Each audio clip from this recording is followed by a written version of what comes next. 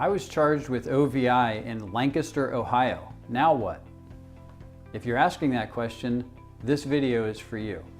I'm Shawn Dominy. I'm an Ohio O.V.I. lawyer, and I actually wrote a book titled, I Was Charged with D.U.I/O.V.I. Now What? And as the subtitle to the book indicates, there is a lot to know before you go to court and even before you hire a lawyer for an O.V.I. case. For O.V.I. cases in Lancaster, this video is a good place to start.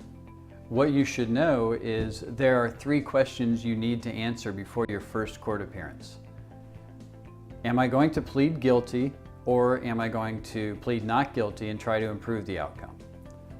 Am I going to hire a lawyer? And if so, which lawyer am I going to hire? Now you may expect me to say, you definitely need to hire a lawyer and you should hire me. But that's not necessarily the case. I think that the first question is more critical to answer because there's some urgency to it, and it will help you answer the other 2 questions. There's some urgency to it because when you go to court for the first time, you're going to be asked to plead guilty or not guilty. There's probably not going to be negotiating or plea bargaining, so those will be your options. And in order for you to make an informed decision at that point, there's some information you want to have going in. You'll want to know, what will be the sentence if I do plead guilty? What will be the collateral consequences of an O.V.I. conviction that may stick with me for the rest of my life? If I plead not guilty, what's the court process going to be? How does the prosecutor try to prove my guilt? How is evidence used? How do I introduce my own evidence or present my own defense? And what's the likelihood that I may achieve my goal of possibly avoiding an O.V.I. conviction? Now, to help you learn more about those topics and answer those questions, I've created a series of videos. Those videos are on my YouTube channel, and they're also on my website. And also on my website, dominylaw.com, there are dozens of pages of written information about O.V.I. topics.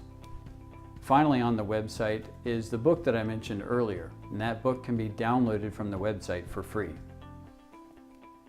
That brings us to questions number 2 and 3. And actually, the downloadable book is broken into 4 parts, and the 4th part is all about answering questions 2 and 3. First, it will give you a framework for deciding whether or not you want to hire a lawyer. If you decide you do want to hire a lawyer, it will give you a framework for knowing what are good qualifications to look for in lawyers, how to do research on lawyers, and how to find a good one.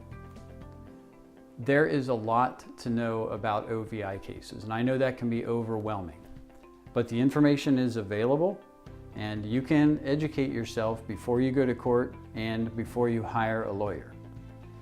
As you do that, I hope that you use these resources that I've mentioned, and I hope that you find these resources are helpful.